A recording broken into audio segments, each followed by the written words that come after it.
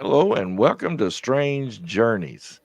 A young girl playing hopscotch along a busy street, but is transparent, and the other side of the street can be seen through her. Two grown men trying to pull a heavy trunk up some stairways, about ready to give up, only to be helped by some unseen force that helps them lift the trunk and then move it to where it needed to be. These were just two of the tales that we shared on our last Strange Highways Route 66.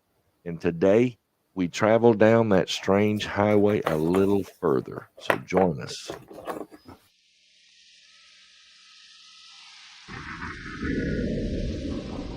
Do you want to take a trip? With you ghost host Tom and ghost guy Tim. And the executive team, Andrea, Ben, Dagny, Donnie, Lewis, Lynn, Selena and Tom.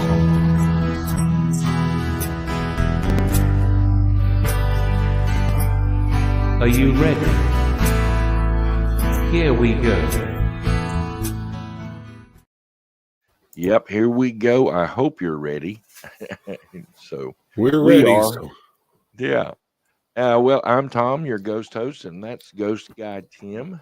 How have things been going, Tim? They're all right. Busy, it's just Yeah. that time of year as everything is going on for Halloween and getting stuff ready for there. And, Oh, yeah. We noticed just a few days ago before it actually flipped to September, we were in Walmart and then in a dollar store, and they're already putting out Halloween stuff. Right. As a matter of fact, I saw a Halloween mask, and I'm like, no, I'm going to wait and get that maybe for later for a Halloween show, Right. not this one. But some of you know that I got laid off from my job.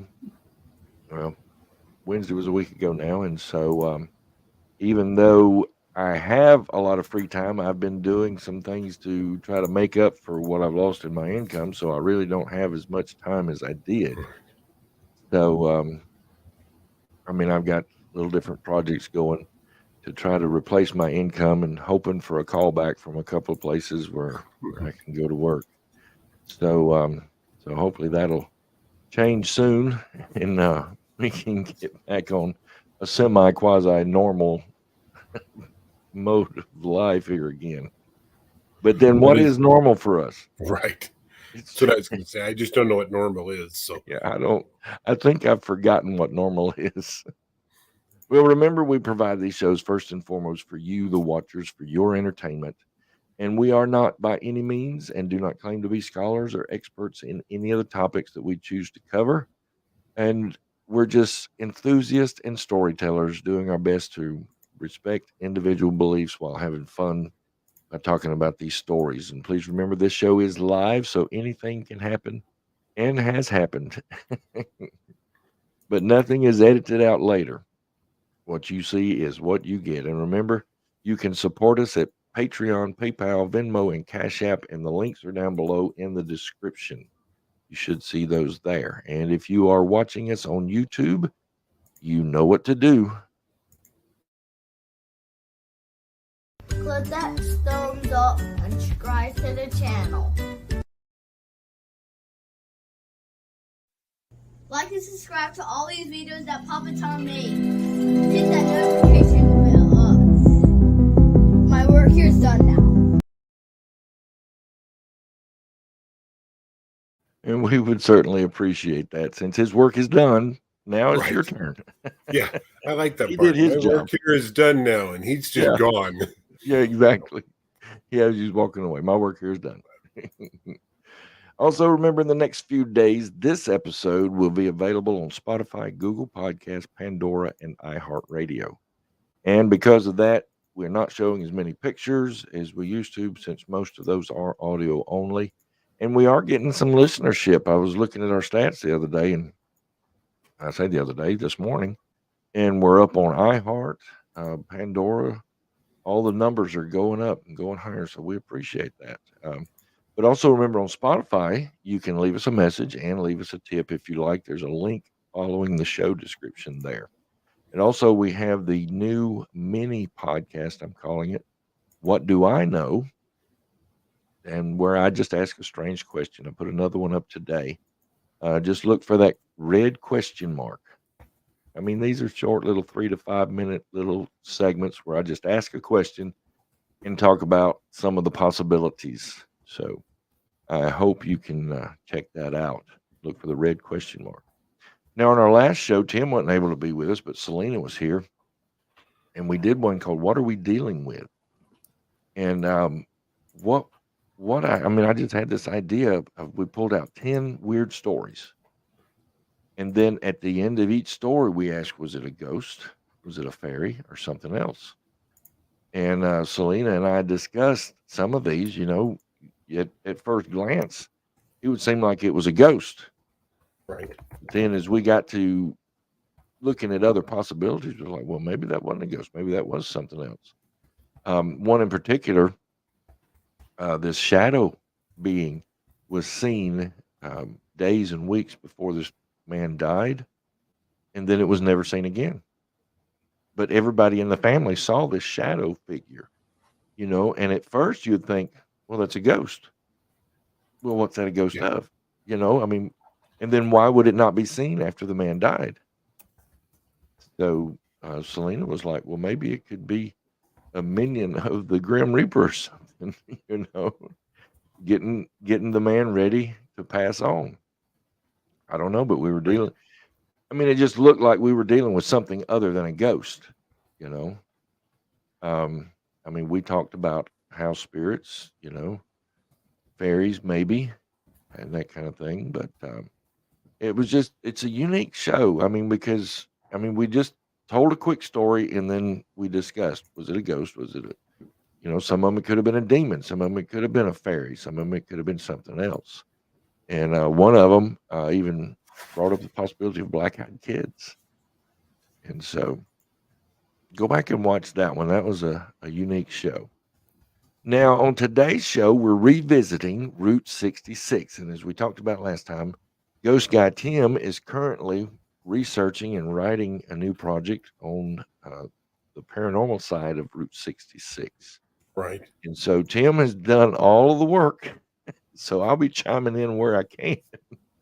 But we don't have to talk about it right now, but something you messaged me the other day about a time slip really intrigued me. So I hope we get to that today. We are going to get to that today for sure. So okay. So it's definitely on the lines that we're going to get to as we're going through this afternoon. So good. So we've got a lot going on here. We've talked about how Route 66, covers 242,448 miles across 8 states, beginning in, depending on which one you start in, where you end at, and depending on which year it started in, because originally when it started, it went from Chicago to Los Angeles. Now, then I think 10 years later, they change it from Chicago to the pier in Santa Monica. So you've got a little bit that is happening there. It's real interesting because you brought up the fact, you sent me a message. We had done a show about the paranormal highway across the United States, the 37th parallel. And as I'm looking at the map, the 37th parallel actually runs through most of Route 66. And so it does. I should have merged those pictures somehow, but I forgot to do that. But just flipping back and forth. And one of the weird things about it was the one that I actually saw, the 37th parallel, runs a little bit further north of the map that you've got, and is actually running in between St. Louis and Chicago. So it actually goes in between the two. The paranormal highway, they call it, is actually a little above and a little below the 37th parallel. They considered 100 miles above and 100 miles below. So you're talking about a huge swath of land that it actually covers. So a lot of that gets picked up with that route that goes through there. And the route itself today is in the process. Lots of places are in the process of restoring original portions of the route. Sure. Because we considered America's, the mother road, is John Steinbeck coins that term of it. It's the mother road. America's Main Street. Right, America's Main Street, which is really what it was. The original coining was they called it America's Main Street because the guy that Mhm. starts at Cyrus, I'm trying to think of what Cyrus's last name was. He goes to each individual town as he's traveling through where the route is going to go through and says, here, we're going to put a main highway right through your town. We want it to come right down your main street. So let's get the businesses involved. Yeah. Let's change it so that there are attractions. So people are stopping in every town that they possibly can along the way. Which is really a cool way to do it. And it leaves lots of places that are out there that wind up talking about Yeah. even as early as the 1920s and 30s, the paranormal activity they were seeing in some of those places was just insane. It was like, this is crazy as to what happens here. Well, you just reminded me. I'd got another map too of Right. some ley lines. I don't think this is a complete map, obviously, but Right. there are looks like plenty of ley line activity throughout there. Yeah, there's lots of places that the ley lines cross over the route or through the route. So you have lots of different places. And I noticed as we were looking at that particular one, places like Bloomington, Illinois pops up on a ley line. Mhm. Pontiac, Illinois is on the very same ley line. Springfield, Illinois winds up on the same ley line. You get down into places like, St. Louis is a central hub for it. So you've Mhm. got lots of places where it's crossing over, where it's doing weird things. You get into New Mexico, and you have places like Tucumcari, Santa Fe, New Mexico, Taos, New Mexico, when they go up through there, depending on which route you took once you got to New Mexico, because you could either take the north route or you could take the main route right through. None of which is passable. They said less than 5% of it is passable now without a 4-wheel drive, and it would have been that way when they were crossing it at the time too. Yeah. So how in the world they were crossing that, in Model Ts? I still don't Oh my God, understand. Oh yeah. I mean, you'd think it would just be a rattle trap, Yeah, exactly. just shake you to death. Yeah, I Kind of showed like off the picture what was last it, time part of of I-10 going into New Orleans. right.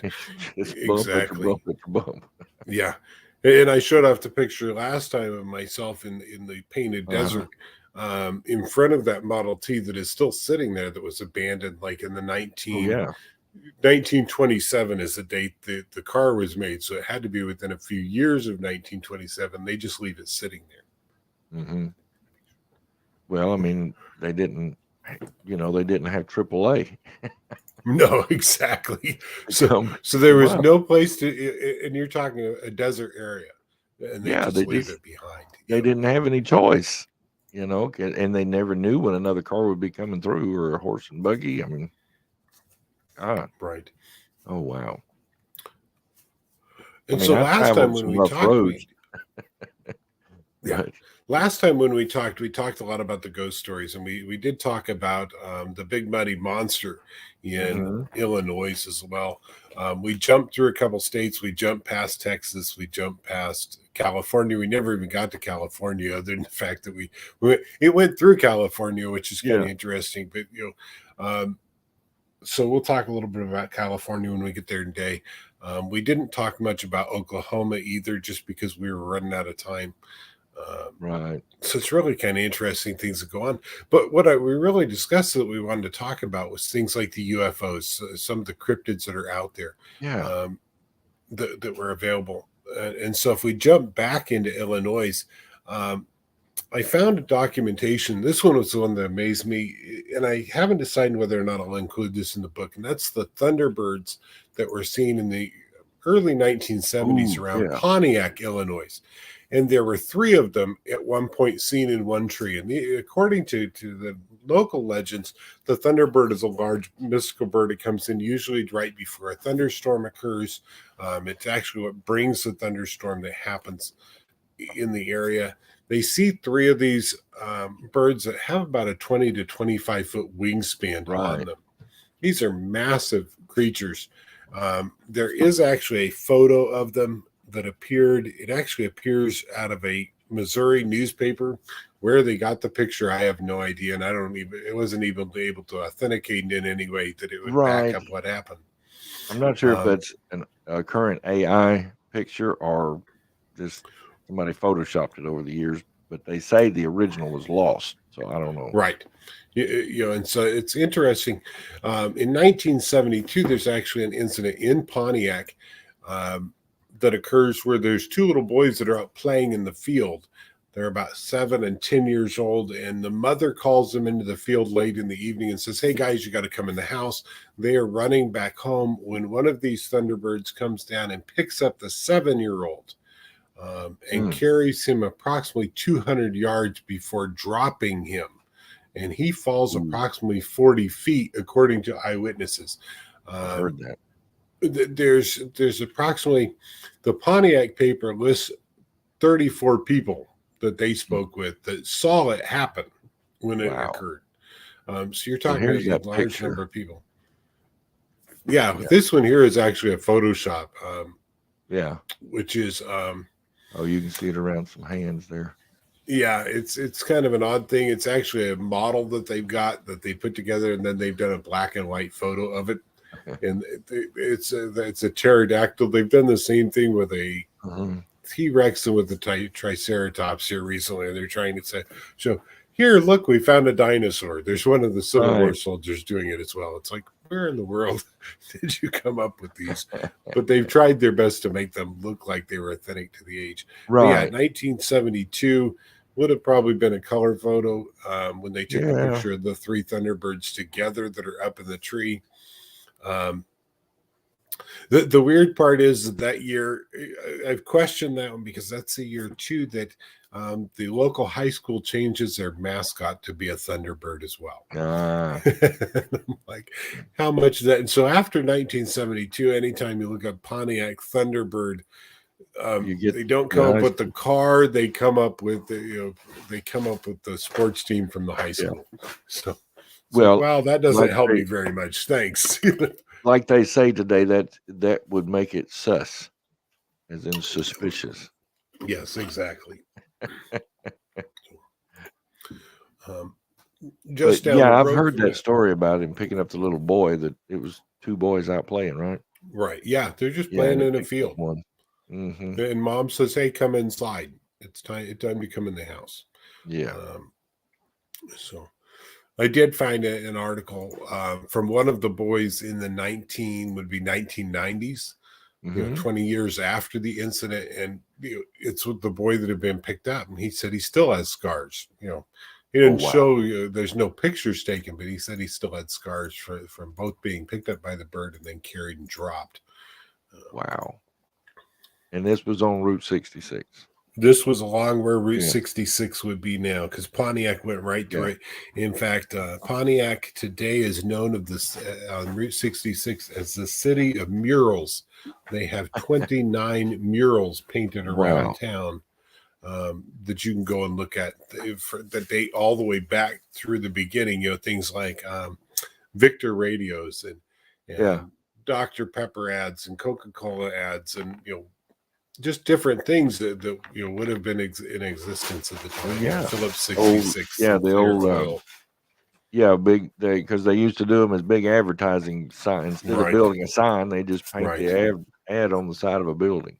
Right, and Pontiac is the city best known for that along the route now because there are so many of them in Pontiac that remain and have been upkept over the years. Yeah, that's the cool thing. Because most of, if you see them anymore, they're fading out, and you can hardly read them. I know we've got a couple here in Mobile. You can barely make out what it says. Right. It's just nobody's taking care of it over time, which is sad. Yeah. But Mobile has a bad reputation as far as destroying its own history. Yeah. Some of the most wonderful landmark buildings were destroyed. Instead of trying to preserve them. So anyway. That's just a little soapbox. I'll get off of it now. No, I completely understand because it's that way a lot of places across the United States. We've kind of let those places die out and we've let those signs go to waste. I mean, there's a couple in Topeka in the Noto area. One of them here recently painted a mural in Noto over the top of it. but it Oh was so no. bad that you really probably couldn't tell what the original advertisement was to start with. So it was what they've done is actually really incredible. Excuse me, incredible to see. So they did a great job with the mural that they put up over there to represent the North Topeka area. Okay. So Ben and Aaron have been there, huh? From hometown? Because that's their Who big thing is knows? murals. Their big thing Right. is murals. Right. So I wouldn't be surprised, to find out they've been to Pontiac at all. Right. All right. What's next? Just down the road from there is Bloomington, Illinois. Bloomington dates back early 1800s. It actually was originally called Calhoun, Huh. Illinois. It didn't last at all. It was actually named after a South Carolina senator who was very popular at the time, but for whatever reason, they changed the name back. Bloomington, Illinois, in my opinion, is probably one of the most active UFO sighting areas in the world at this point. Really? And it's not talked about. That's what amazes me. Huh. In 2021, the Chicago Tribune posted an article that said that there have been 281 sightings of UFOs in the state of Illinois Wow. that year so far. This is in September. They post this article. More than half of those, the article goes on to say, had occurred in Bloomington, Illinois. Holy cow. The first sighting of a UFO in Bloomington, Illinois is 1966. It's actually investigated by Project Blue Book. And they claim, well, there's no evidence. It just flew over. You don't actually have any. The man that saw that said that he was driving down the road. He was passing by the old grain elevators when he saw a cigar-shaped object in the sky that was lit up. He couldn't catch up with it. He actually pushed down on his gas pedal as fast as he could and was trying to catch it before it zoomed off into the night. The interesting part about that is that in 2021, just prior to my discovering this, there was actually an article that same year about a guy driving past those very same elevators, and he saw a triangular shaped object in the sky in front of him. He said it hovered, that it was approximately 200 yards at each of the bases, and that it made up a pyramid type shape in the sky, and that it hovered for a very long time period until he got about to the railroad tracks, when at that point it took off so fast he was like, there was no way anybody was going to catch it. Wow. In fact, that reminds me of our what was it, our MUFON show? Right. We talked about some of the different shapes. We need to, Yeah. I think we need to do a show sometime, because it's like each era of these UFO sightings, it's a different primary shape. I don't know if there's anything to that or not. It's just a thought, because in the 40s and 50s, for the most part, we were seeing saucers. Right. And then in the 60s and 70s, come along and you start seeing more cigar shaped, and then more cigars and more teardrops. And and then in the past 20, 30 years, it's been triangles. So I don't, now that's not conclusive, there were other shapes seen. It was just something that intrigued me. So, all right. So Bloomington, Illinois remains probably the top area. In fact, in the 2021 MUFON site, as I was going through their UFO accounts, the number of them seen all across the city was insane. I mean, it was nearly every night they were seeing something in the skies. Holy cow. That was being reported to different UFO organizations and to the state and local governments, that there's all kinds of stuff. And it's still going on when you get into the current documentation for that city. The reports are almost daily. And how we're not seeing more of this in the news kind of amazes me. It's like, okay, well, how much of this the government going, we need to stop talking about this one. Let's get rid of it. Let's not talk about it. Maybe it is something military that they're doing in the area, that they're flying something over the top of them. Maybe that's why it's disappearing. But we also know our government tends to go, we don't know anything about UFOs until they decide they need more money for research for it. Well, yeah. I mean, that's like the hearings, they were hearing from some top echelon folks that had witnessed these things, but what are they, I mean, I still have a distrust, of anything they say. If Yeah. they release this much, then what are they not releasing? Right.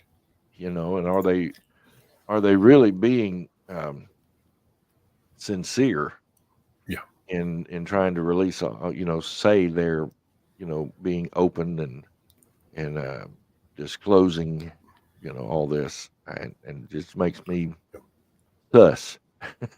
Yeah.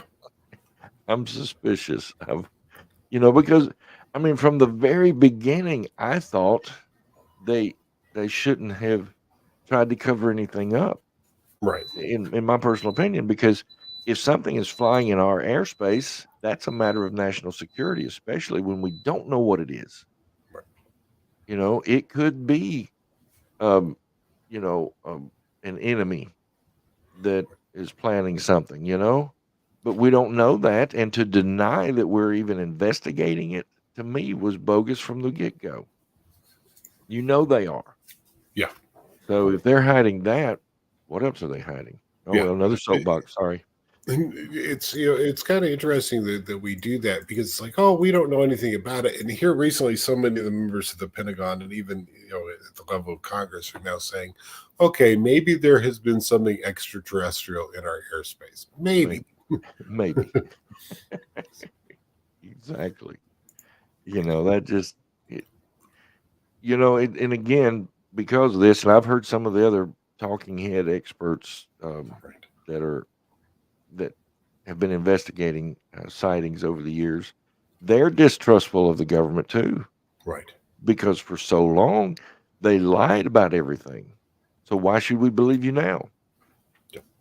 And I can agree with that. But, but going back to that, there may be some things that we don't need to know about. Maybe there Right. is some national security issues at stake and they can't reveal everything. But to shut it down and say it doesn't exist, or to say that they're not investigating it, we all know is a lie. They have to be, you know? Anyway, all right. No, we'll move on to Springfield, Illinois, which is probably one of the last major centers when it comes to Illinois and the paranormal research that I've done for this. And I'm surprised we didn't get into some of these when we did our Strange States, Illinois, because you would have thought, especially with the number of UFO sightings in Yeah. 2021 popping up in the Chicago Tribune, we would have caught that at the time. But this is one that I'm questioning at this point, maybe because of the fact that it's a ghost story that has existed since 1865. Wow. But at the same time, the longer that I've researched this one, the more that I think that this is a time rift and not a ghost sighting. Hmm. And so Springfield, Illinois is best known as the state's capital. Right. It's everybody goes there. They're there to be there as part of the capital. It's a major hub of the government. It's one of the places that Lincoln is at when they do the Lincoln-Douglas debates. Right. Abraham Lincoln has a law office in Springfield, Illinois, before becoming president of the United States. He then takes a train to Washington, D.C. It stops in a total of 11 cities on the way there, just so that he can visit with the voters on the way to Washington. Right. But what happens, of course, we know some of the history. On April 14th, 1865, Abraham Lincoln is shot in the back of the head while watching a play in Ford's Theater. He dies at 7 a.m. the next morning on April 15th, right across the street at a hotel, which ties in with this particular train. As the war progressed, and so the story of the real train is just as bizarre as what happens with the ghost train itself. The real train is actually commissioned in 1862 by Congress, and it is designed to be the United States Military Transportation Train. That's the official name of this. And they build tracks all over the United States for this train to move back and forth across the United States at high speeds of a maximum of 40 miles per hour, by the way. This is high speed then. It's a steam train, but at a maximum speed of 40 miles per hour, transporting troops and supplies back and forth across the United States during the Civil War. Lincoln at first refuses to sign the bill, and then does sign it because he doesn't see a point in it initially. By the end of 1863, Congress at that point is seeing an end to the war, even though we're still 2 years from the end of the United States Civil War. They're seeing that they're going to win, and so they recommission to build a second car that is going to be there. That'll be a presidential car, so that the president can ride back and forth across the United States if he needs to, on the United States military transportation train. Okay. Lincoln then signs the bill, says, I don't want anything else to do with it. Don't let me know about it. He never actually sees the train in his lifetime. Wow. The train is completed in 1864. All the tracks are completed by 1864. The first point that he is to see the train is at 9 a.m. on April 15th, 1865. It is scheduled to pull into Washington, D.C. And he is going to go visit it while it is in Washington.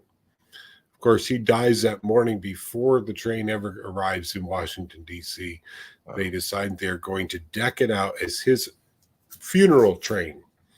They attach, including the presidential car, they attach another 8 cars to it. So you've got the engine, you've got its coal car, you've got a flatbed. There is a presidential car all the way at the back end of it. The flatbed is right next to it. They place Abraham Lincoln's coffin on that one, as well as the coffin of his son Willie. But whenever it would rain along the route, they would go out and they would grab the coffin and the 2 coffins and move them into the presidential car. It travels across the United States, going across 8 states, and stops in 11 cities. The very same route he had taken to Washington, D.C. It leaves Washington, D.C. on the morning of May 2nd. It arrives in Springfield, Illinois on the afternoon of May 11th, so 9 days across the country. The moment it arrives in Illinois, the United States government has already made the decision that they are going to sell the entire train to the Union Pacific. Oh, gosh. It's got at the time, they had redecked out most of it in copper or gold plating so that the engine was comparable to what Lincoln had. They put Lincoln's face on the very front of the train. Oh, my God. They had a band that was with them that they were using. The United States says, we don't want anything else to do with this train. And so they sell it to the Union Pacific, and it disappears for a couple of years, except it really doesn't, because it travels back and forth across the United States, being used as a passenger plane. Union Pacific pulls all the decorations off of it. Yeah. And they're moving it back and forth across the United States for years. In 1943, it goes to auction and is sold to a private individual. Doesn't say who that individual was. A man by the name of David Gaines buys it in 1994. Wow. His goal is that he had been an engineer with Union Pacific for years. He is going to recondition the train, do a reconstruction on it, and make it beautiful. He finally found, according to the article that I was reading out of Chicago, he finally found the blueprints for it in 2017. They disappeared. Nobody had a copy of it except for the United States Park Department. How the Parks Department had a copy of the blueprints, I haven't figured out. He has now reconditioned the train. His plan is to take it both from Springfield, Illinois to Washington, D.C. and back in 2025. Wow. But he has to get permission. Yeah. Because that train only goes 20 to 40 miles per hour. Yeah. And he has to use the very same tracks that major passenger trains and high-speed freight trains are using currently. So whether or not it'll actually run back and forth across the United States is another thing. But it is seen on a yearly basis since 1866. It has been seen on the tracks that it traveled, even in places where there are no longer tracks, between Wow. Washington, D.C. and Springfield, Illinois, by multiple people. The articles pop up every single year that somebody has seen this train somewhere along the original route. They talk about that in the moments before the train appears, that they hear what sounds like a ripping sound, like fabric being torn apart. Hmm. And then there's a blast of cold air. Then approximately 200 to 300 yards down the tracks, where the tracks are supposed to be, they can see the engine coming towards them, and it appears like a phantom engine that they can see Wow. through it and see beyond. They can hear band music playing, which it was something that happened as Lincoln was being moved. He had a big brass band that was on the train with him that was playing music the entire time. And they're hearing that as it comes to them. It goes past them with the rush of air and then just disappears into the, either into the daylight or just vanishes in the daylight or into the night. But it's happening every year. So you're talking almost, 160 years at this point that this thing has been moving back and forth across the country. So, other than the band music, how are they identifying it as Lincoln's train? It still has the painting on the very front of it. Oh, okay. And depending on where it occurs, and this is another reason why I think maybe a time rift, depending on where it occurs, the coffins may be on the flatbed, or they've been moved and they're not visible as it's passing by. Oh, wow. And there is So documentation. sometimes they see the coffins on the flatbed, and sometimes they don't. Right. Oh, And there is wow. documentation as to what times a day they were moving the coffins back into the presidential car because of the Wow. rainstorms they were coming off of as they were crossing the country. Yeah, And that usually sounds like those a places are the places that they're not seeing the coffins, are the places where the coffins were actually taken back into the car itself. That's crazy. Wow. It is. It was like, this is insane because it's still occurring, 8 states that they're seeing it across there. It usually pulls into, and it's those same dates. It's May the 2nd all the way through I believe it's the 11th that it arrives in Springfield, and they're seeing it even as it comes into the city of Springfield. In fact, the article out of Springfield talks about that I read. This would be 2019. That people still gather on the tracks waiting for the train to come in. Holy But they cow. can see it sometimes as it pulls into Springfield. Holy cow. And it's like, okay, how are you got to know exactly when it's arriving, apparently. And some people claim they see it when it arrives, and other ones go, I don't see anything. So Yeah. Well, it's what I've questioned before, and even one of our, one of my "What Do I Know" segments. Why would that be a ghost train? right. Does a ghost have? I mean, does a train have a spirit that can manifest a ghost? Yeah. And we don't. I mean, we don't attribute machines with spirits, and so that's why I lean more, like you just said, to a time rift or a time slip or Right. And the other reason I kind of lean that way is that they're not seeing anybody moving on that train. And that train would have had, according to records, that train had at least 75 people on it in between each city, because you're talking about a full-size band. You have Mary Todd, you had their son. I can't think of which son was with her on the train. You've got, the engineers and the conductors and everybody else that is with the engine. You have, at that point, so Secret Service is still in its earliest days, but you've got guards on the train that are there to protect Mary throughout the journey. Wow. There would have been people on the train, and for everybody that has seen it to say we're not seeing anybody. Yeah. It's like, okay, but that wouldn't be spirit unless it's maybe a residual haunting. But then you're still talking about, and maybe it's just the energy of it. Could be. I mean, the emotions of that time could be causing a time loop where it just shows up every year. Exactly. It's wild. That's crazy. Yeah, it sure is. I'd love to catch it on video sometime. Right. And I think there are lots of people that have tried to do that over the years. And it's like, okay, I don't see anything. According to the reports I read, the most accurate picture of it was actually taken in Albany, New York in the 80s, and the photo has now disappeared. Yeah. But they had a picture of it on the track as it was coming through. And Wow. it's like, that's really cool. But now we don't have pictures. So what do we do? You know, Wow.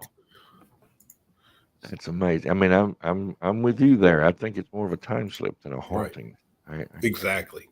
You know, time rift. You know, and you say they hear something like fabric tearing in a Yeah. whole blast of air.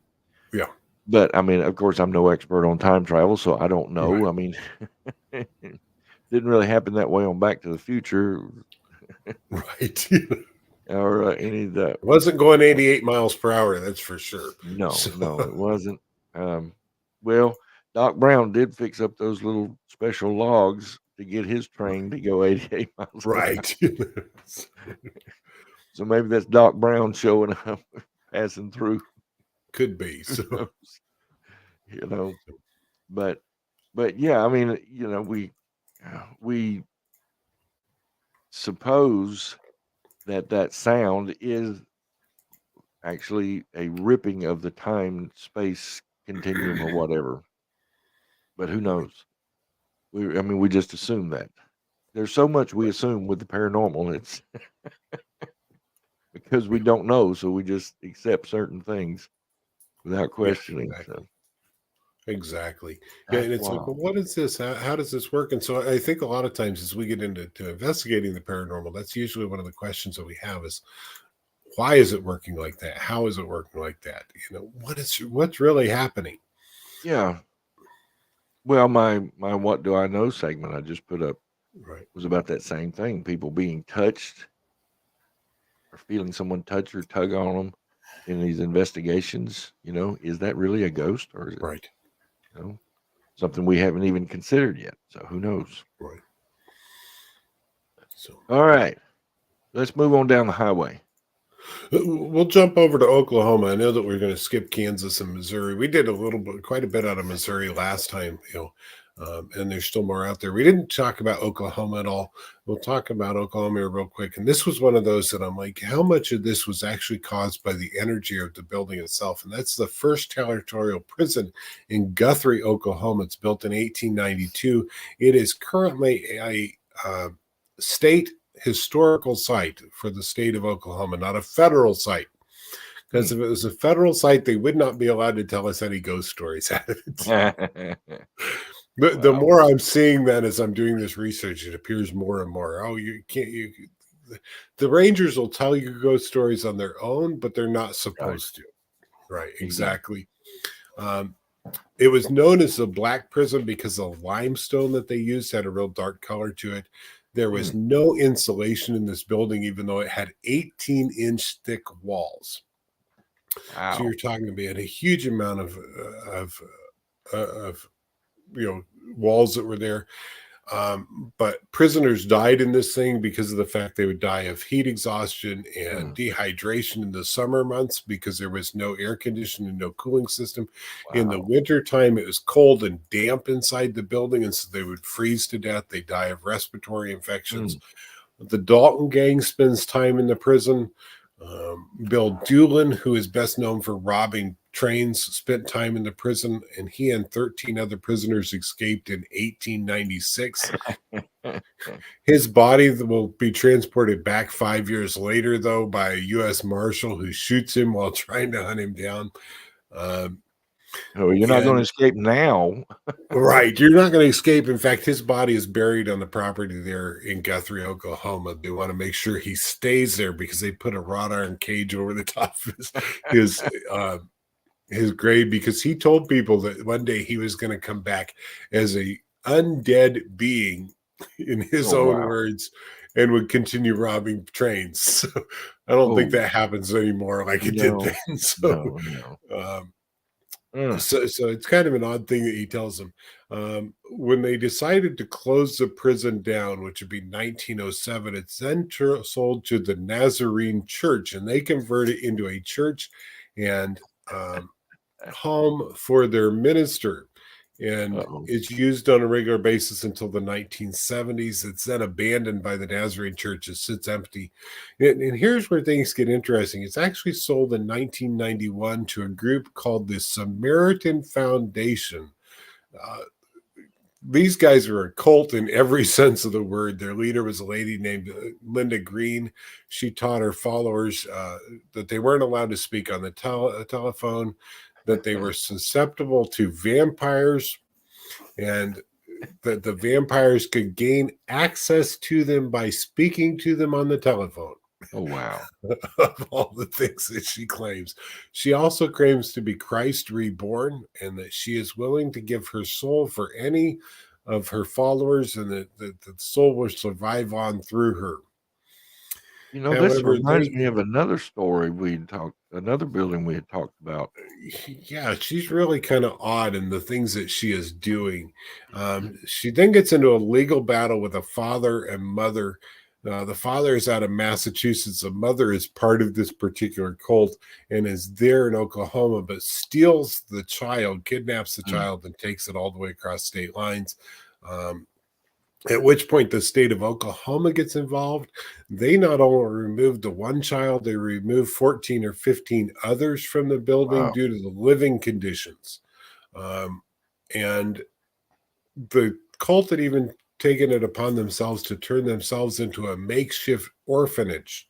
So any kid that they were finding in the area became a member of the cult. Here, we're going to take him in. And they were, but they weren't obeying any state or federal laws when it came to foster programs. It then further fails because Linda Green and her fourth husband, Dennis Green, turn on each other. They both claim that somebody else killed Linda's fifth husband, Alvin Ross, and dumped the body in the crawl space under the building. Wow. Okay. Right. But the body isn't found until years later. Her killing a fifth husband. Well, yeah, the fourth husband. Yeah, apparently she was married to all of them at the same time. All five husbands. Yeah. Wow. So of course that's another reason why I was like, yep, this is definitely a cult. She's married to 5 different guys all at once. The body, however, isn't found until years later after both parties, and it's in the exact spot where both parties said it was. They both told law enforcement that the other one had dumped the body inside the crawl space. But apparently law enforcement never climbed into the crawl space to go find the body. That's crazy.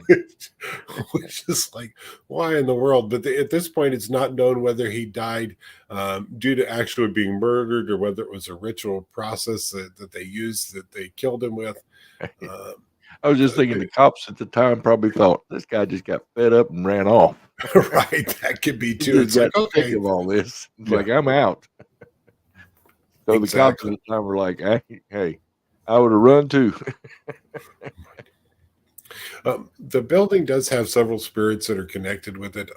People claim that whenever they're inside the building, they can actually hear children's voices heard both inside and outside the building of kids playing or singing, talking quietly among themselves, never knowing quite what it is. They can hear a metal door banging, except that there's no metal doors remaining inside the building. They've taken them all out. But it could also be just a residual.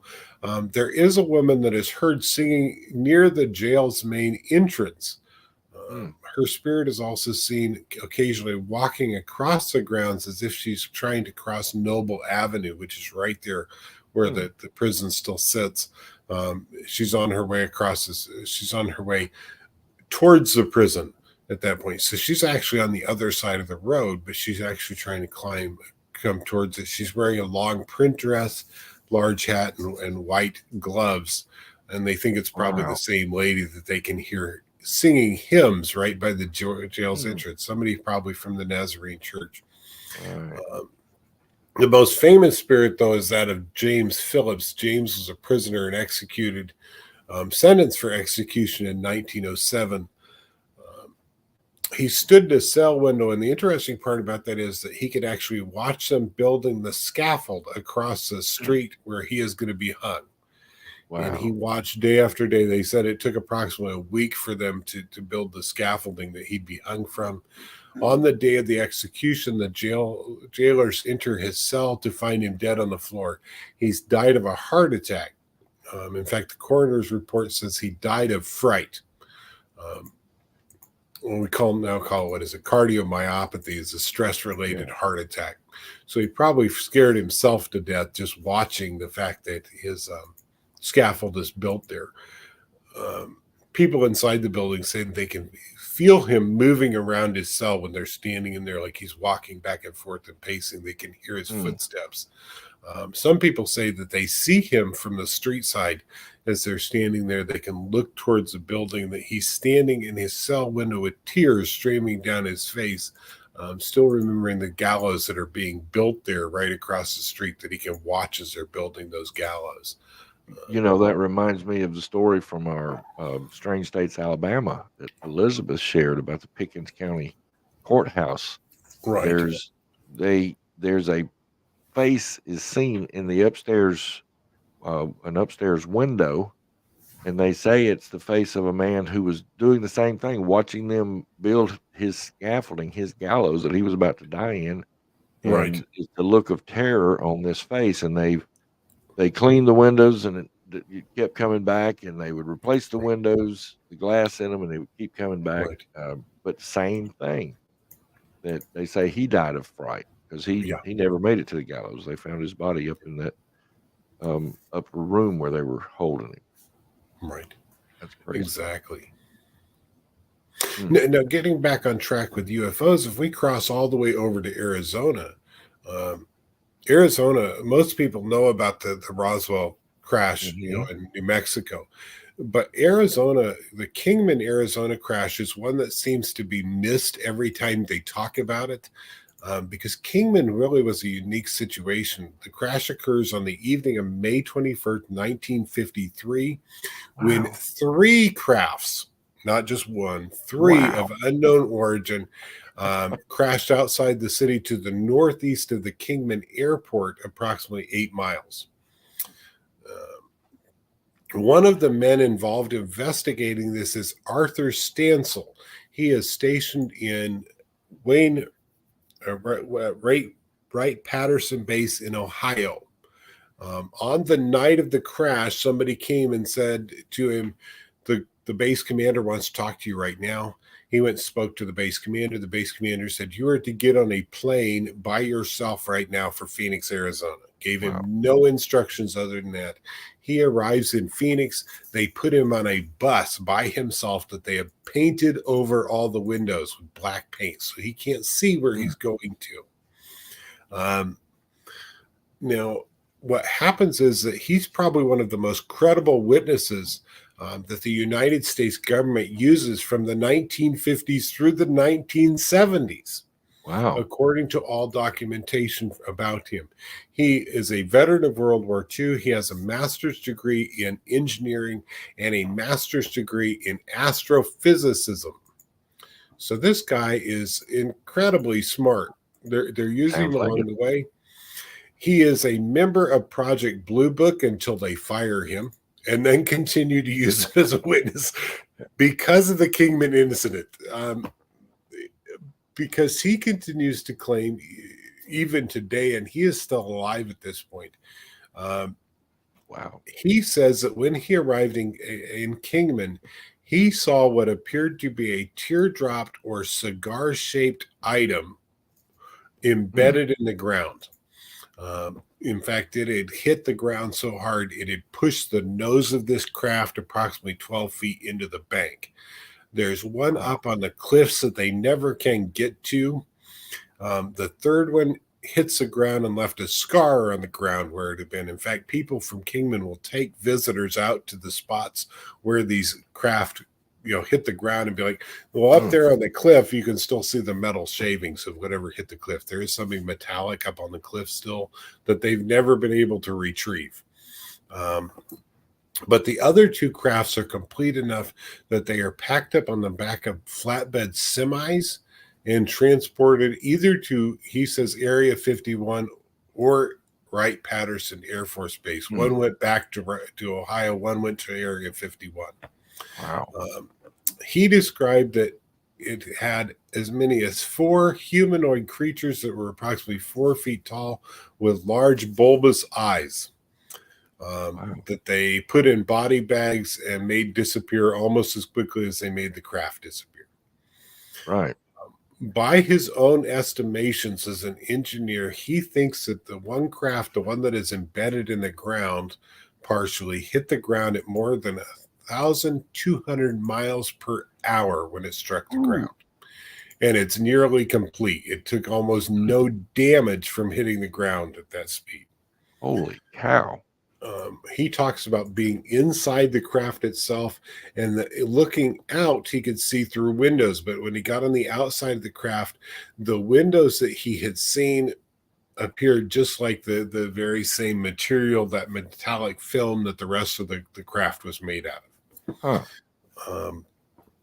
That's wild. But in the late 1960s, he is still claiming that it's the most complete craft he had ever seen, that it is the only one that he can definitely say for sure was a extraterrestrial vehicle.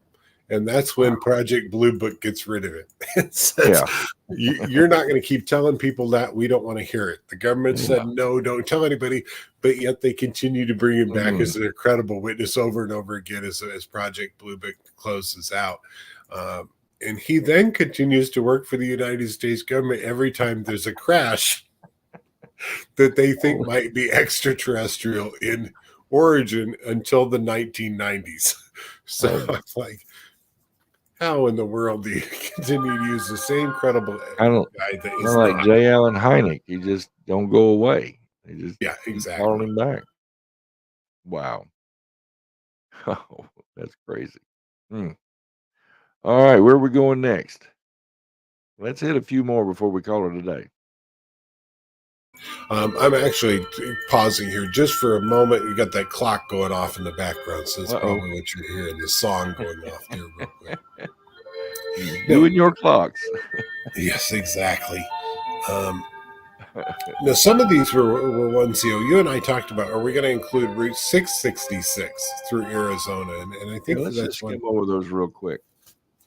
Route 66 was actually a division on Route 66. It took a slightly different route. According to some today, Route 666 is one of probably the most haunted roads in the United States. There's talk about a truck, and I've seen a couple different eyewitness accounts of this, where the truck either plays chicken with you on the road and causes the drivers to swerve off the road. One truck driver that I watched on a show here recently, he talked about how he was driving Route 666, which now has a different name. I think it's Route 160 or something similar. 91 or something. Yeah, it's an odd number. It's an Arizona route now instead of a major United States route. Right. But he's a truck driver. He talks about that he is driving this thing when a truck gets in behind him, and he's driving a semi truck, and this thing is following him so closely the entire way that he thinks it's going to run him off the road. But he is assuming that it's a big semi truck that is behind him, but it just keeps getting closer and closer, and then he gets to a certain point and it just vanishes. And he pulls into a truck stop, and when he gets there, he talks to people inside the truck stop, and they all tell him that he has seen the ghost truck of Route 666 along the way. And that he's probably one of the few that have survived it, because lots of them that have encountered it have died when they swerved off the road to get away from it. Well, we just assume. Right. Because if they died, how do we know that what they saw? Yeah, Are they on the radio telling everybody I'm seeing, and then all of a sudden they're gone? I don't know. Right. I've always wondered that in these type of stories, because they say so and so died after they saw it. Well, how do you know they saw it if they died? Right. Were they, on the phone or whatever with somebody when they met their demise? Yeah. Anyway. So, just me questioning things.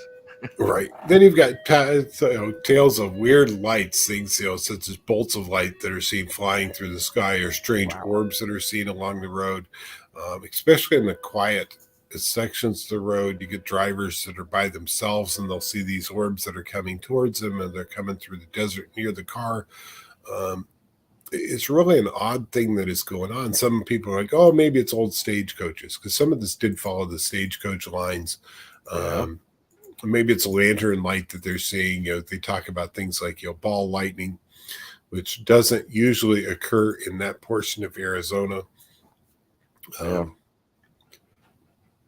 You've got a girl in a white dress who's been seen by countless girls or countless drivers that usually appears along the route.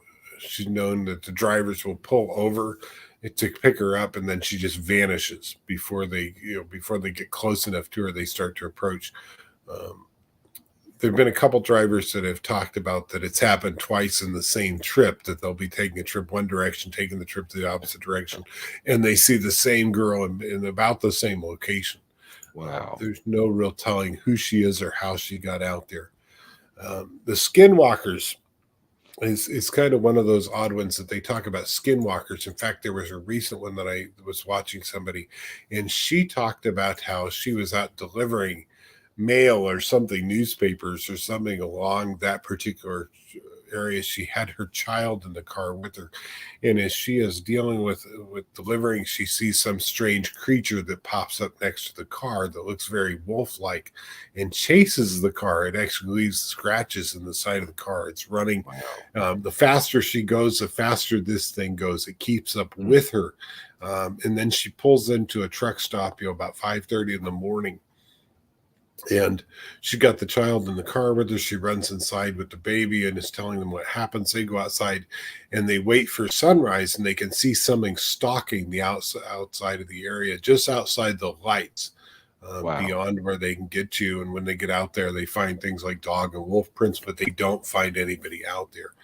I heard one this morning about this young guy that was working for a tow truck company, and they get called out onto the highway, and the Navajo police, the tribal police, are there, and there's a car in the ditch, and as they go to get it out, this wolf-like creature shows up, and the young kid that was working there said he heard this wolf speak to him.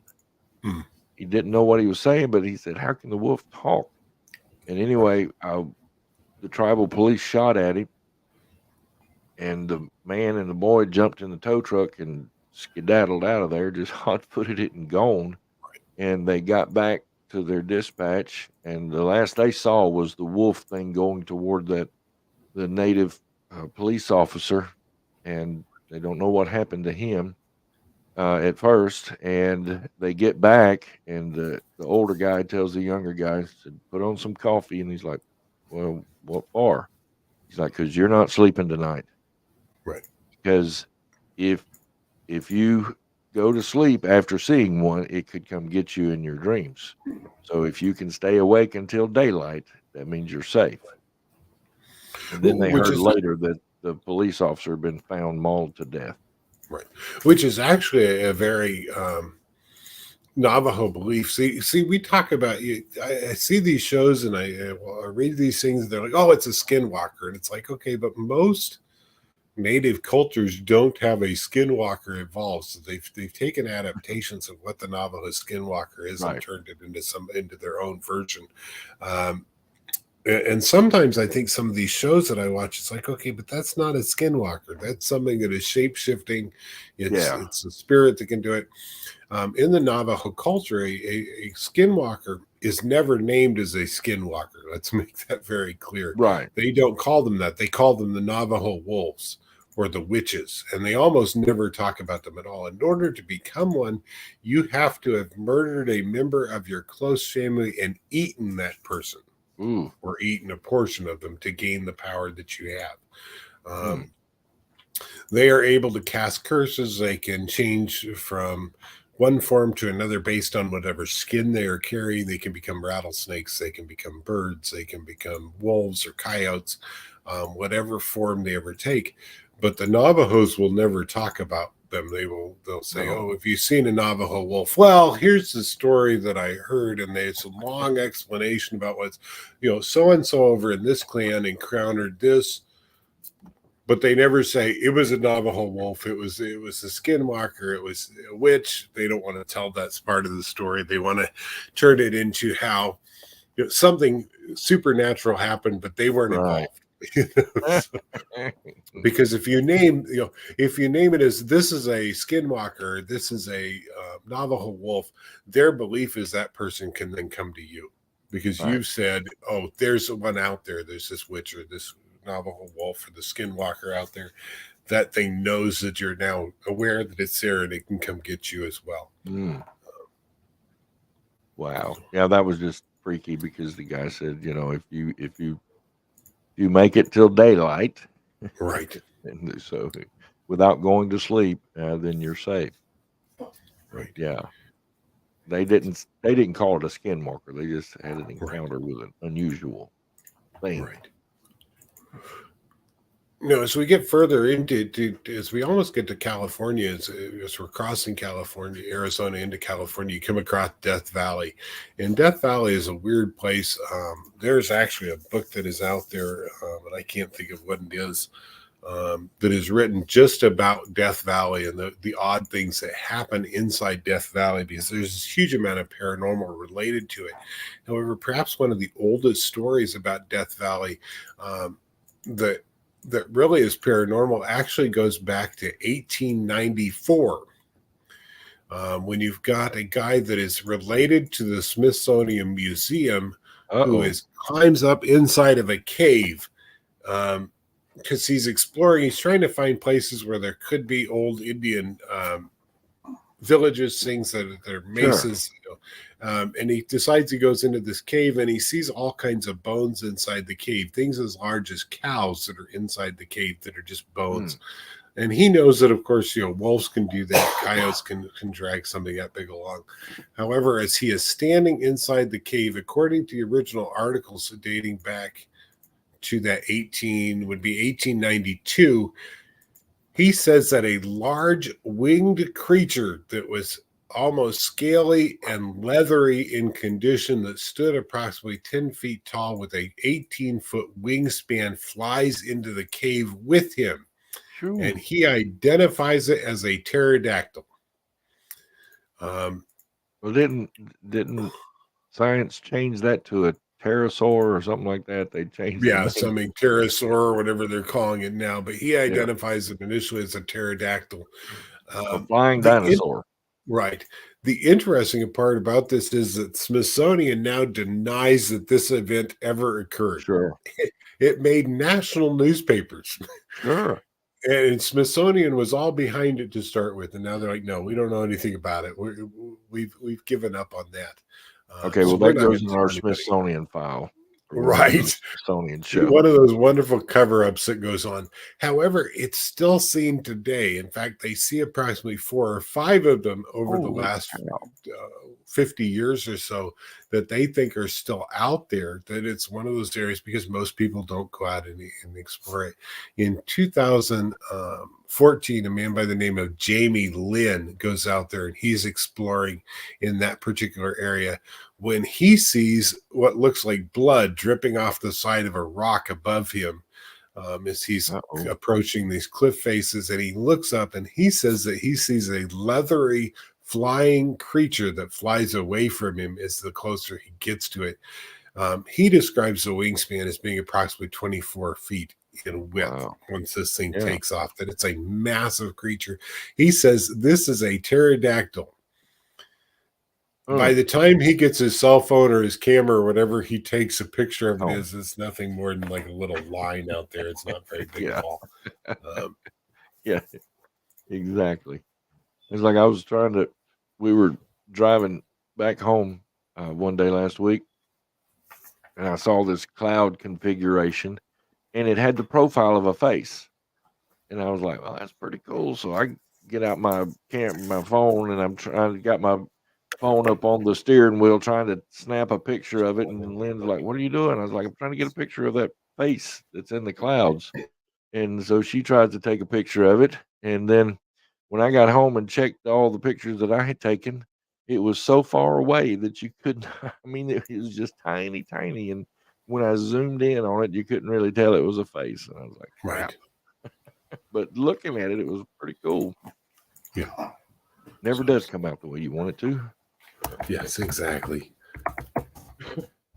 All right.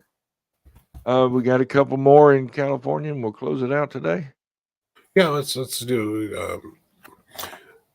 We can get into. Well, we'll get into Suicide Bridge in California is Oh, one of yeah. those bridges that lots of people talk about. In Pasadena's early days, they've got the Colorado Street Bridge, and you've got some things that are going on there. There's actually a bridge that is built there that lots of people commit suicide off. The first tragedy occurs before construction was ever even completed on the bridge, when one of the workers allegedly fell off the side of it. He plummets head first into the wet concrete below. They assumed at the time they couldn't save him, and so they just left his body inside the quick drying cement and left him down in there. The first suicide, though, occurs on November 16th, 1919. It's then followed by several more throughout the existence of the Great Depression. More than 100 people would actually take their lives off of this 150-foot drop into the canyon down below. So you've got lots of those. The most notable of those is actually a mother who throws her baby girl over the railings on May 1st, 1937. She then jumps as well. So you've got lots of things that are happening there. There's some of those that say that she dropped the child accidentally, and then she decides to jump as well. According to tales, there are lots of different spirits around the bridge and in the canyon itself, that they can hear screams around the canyon all the time. One report is that there's a man wandering near the bridge that is wearing old wire-rimmed glasses. They report seeing a woman that is floating, above the footholds of the bridge, wearing a long flowing dress or robe as she's near the parapets. Those that have investigated talk about that it's thick, that the atmosphere is just really heavy the entire time that you're out there, that you can just hear stuff, people walking along the riverbeds, that you can hear people walking on the bridge. In 1940, they actually opened up the parkway near the bridge, and the bridge itself was actually then named as a National Engineering Landmark and is registered among the historical places. It's still used in times today. There's lots of things that are done there. In 2015, the actor and musician Sam Sarpong takes his own life by jumping off the bridge. So you've got lots of tragedy that is still there. They think that, in fact, it's one of those places now that they're claiming that it just attracts people to it. So there's lots there. When you get into Santa Monica actually, we'll back up just a moment real quick, and we'll give just a piece of trivia here. Most people are familiar with Knott's Berry Farm in Pasadena, California today, because it's where everybody wants to go through. But Knott's Berry Farm was a farm during the age of in the 20s. And because so many people were passing by his farm on Route 66, he then thought, what, I need to make a carousel. And so he built a carousel that was pulled by oxen, of all things. They would pull it in a circle. And the longer that it went on, the more and more he expanded along the way. So people that get a chance to pass through Pasadena on that portion of Route 66, that's still a historical landmark that they look for, because they've actually marked out where the carousel was. And I was reading a book here recently that was talking about that where the carousel was, occasionally the carousel will still appear. But the carousel has actually been moved a couple different times. The original carousel that he built was then put on with a gas or diesel engine. It existed inside Knott's Berry Farm until 1974 or 75. He continued to use that. The amusement park continued to use it. But over the years, there were lots of reports with this particular carousel of ghostly children. One of the reports the mother was talking about, she had taken her 4-year-old on the carousel. And every time that they would go by the open door of the carousel, the child would tell her not to let the kids inside get her. Don't let the kids get me. Don't let the kids get me. Don't let the kids get me. Every time they would make the circle past that open door. Don't let those kids get me. And the mother kept looking, and there were no children there that she could see. As she got interested in the story and started researching more, she did find out in the 1940s, while that carousel was in use, there was a father that ran the carousel, and his two children were actually at the carousel playing by themselves while the park was closed. They accidentally started the carousel, and in the process of starting it, were drug underneath it and were crushed to death as the carousel was going around. And so it's interesting. It's now been moved to Cedar Creek, Ohio, where there's another amusement park that it is still currently being used at. And people in Cedar Creek are claiming that they now see ghostly children when you can see through the door into the center of the carousel. So you can just imagine how that is along the way. Wow. As you get into, finally, when you get to Santa Monica, you've got the famous Santa Monica Pier. It is still used today. It's a fantastic place to get through. You've got lots of stars that have been there. Ends? That's where it ends today. In fact, there's a sign on the Santa Monica Pier that says, end of Route 66. Yeah, or the beginning, depending on which angle you're taking the photo at, because this one here is back to back. So that's nice. It's not like the one in Chicago where it's across the street from each other on a wrong way street. But the Speakeasy restaurant is one of those places that were there. It was actually used as a speakeasy in the 1920s during the Prohibition era. You've got lots of famous people that would visit there. You've got Oliver Stone and Robert De Niro and Arnold Schwarzenegger, all of whom were going through there. The staff talks about hearing footsteps running through the restaurant, and then gunshots going off. They also see several apparitions that are transparent inside the restaurant all the time, and they think it's the remains of that Prohibition era still inside inside the hotel and inside the restaurant today. So lots of people get a chance to go there and visit, but lots of them go, "Oh, it's haunted." Oh, you just reminded me. I just found out about a restaurant in downtown Mobile that is like a modern day version of the Speakeasy. It's in the basement of a building, and you have to have a specific code to get in. They give you a password basically to get in, and it's all decorated and designed like an old speakeasy. And I thought that is so cool, because you have to make reservations because you've got to get the password to get in. So and so Storm was over here just reminding me just a moment ago that New York has actually had the sighting of what they're calling a devil bird this last couple of weeks inside Brooklyn. And in fact, it's a real creature, but it does not exist this far north. They're seeing it all over the city of Brooklyn at this point, and it usually has at about an 8-foot wingspan, but they're seeing it all over the place in New York. In fact, they've got lots of good photos of it. I'm looking but at it shouldn't be up here, So the Anhinga bird. Right, exactly. Devil bird spotted in New York City, upstate New York. It was recently spotted by bird watchers across the Empire State. The name Anhinga, I don't know how it's pronounced, comes from in Brazil, translates to devil bird or evil spirit of the woods. Wow. Right. Yeah, and they believe anytime that you see it, it brings death alongside of it. So looks like it. Exactly. Well, Tim, this is a scary looking bird. So how far along are you in the book? So I am in Missouri at this point. So I did not expect to be as long in Illinois as I was.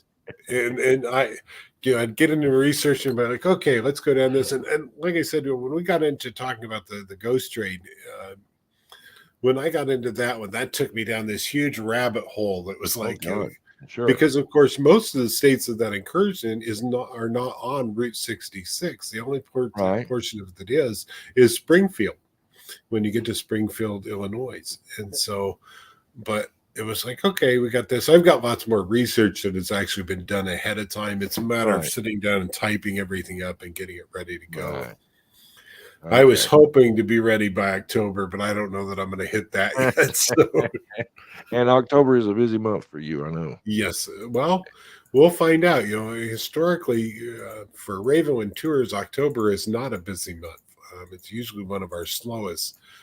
Because more people are spending money on things like Halloween costumes and candy, and they're going to the big haunted houses, where they're going to get scared and scream a little bit. But exactly. Well, I did want to say this before we get away from Route 66. And if Dagny hears you pronounce Illinois, she will correct you. You keep saying I know. Illinois. I know. Let her. She'll correct me several times in the group later today. So. I know it. I've thought about that every time you said it, because when we were doing Strange States, Illinois, because of her, Right. she kept reminding everybody it's Illinois, not It's Illinois. Illinois. It's Illinois, not Illinois. Illinois. I know. and that's because she's from there, and it's amazing me that we missed so many of these sites as we've dealt with the Route 66 that we missed all of this stuff. I was like, where was? And then that group that I put all y'all in about the roadside attractions, the right? Facebook group I put everybody in. I've come across a couple that I'm like, doggone it, I missed those for our Strange States series. So exactly. But I'm looking forward to that book when you get it done. Right. So I will definitely be getting one of the first copies. Yes. And when you get it done, we'll do another Strange Highways Route 66 revisited. Right. So and we'll have lots to talk about, because there's so much there that oh we'll no, I get know. all of it. We still haven't scratched the surface. I mean, like I said, I came across a couple of stories today that I didn't want to add them in here because I knew you had a ton. But there's so many out there. Well, guys, watchers, thank you so much for being with us today. This has been another strange one. Thank you, and we will see you on the next Strange Journeys in 2 weeks. I don't know what it's going to be, but it'll be strange. I can guarantee you that. So, goodbye, and stay safe on your strange journeys out there. Bye-bye. Bye, everyone.